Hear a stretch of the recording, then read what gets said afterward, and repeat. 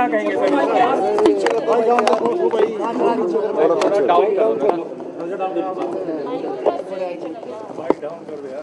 अब high court ने जो पंचायत इलेक्शन का जो बात की है, अब वो किस कानून के तहत की है, उन्होंने फैसला दिया है। जब डिजास्टर एक्ट लगा है, इसका मतलब है कि डिजास्टर एक्ट इनफ्रक्चुअस हो गया, उसके कोई मायने ही नहीं रहे। अच्छा तो ये होता कि वो कहते कि सरकार से ये पूछते, और हम तो खुद ही चाहते हैं कि अप्रैल या मई में चुनाव हो, बच्चों के पेपर ख़त्म हो।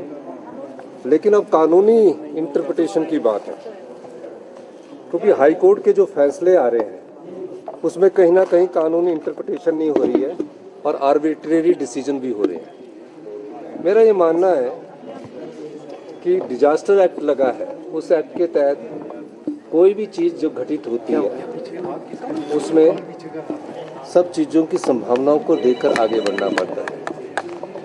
हम फैसले का अध्ययन करेंगे, किस प्रकार का फैसला आया है, और फैसले के बाद जो भी कार्रवाई कानूनी तौर से करनी होगी हम उसको करेंगे। क्या सुप्रीम कोर्ट जाएंगे सर? क्या सर? नहीं, सुप्रीम कोर्ट की बात नहीं कर रहा। अब सवाल ये है कि क्या डिजास्टर एक्ट जो भारत सरकार की पार्लियामेंट ने बनाया है उसका कोई मायने है कि नहीं है। पंचायत चुनावों से संबंधित नहीं है।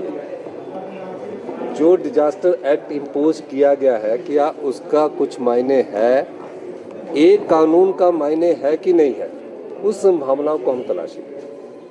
क्योंकि ये सब हम चाहते हैं कि जो पंचायत चुनाव है, पंचायतें अभी कार्य कर रही है, और पंचायत चुनावों में कभी भी अगर आप जनवरी में चुनाव करते तो जो दिसंबर में चुनाव होते थे तो शिमला के एरिया में तब बर्फ़ पड़ जाती थी, स्कूल बंद हो जाते थे, लेकिन निचले क्षेत्र में स्कूल नहीं बंद होते थे।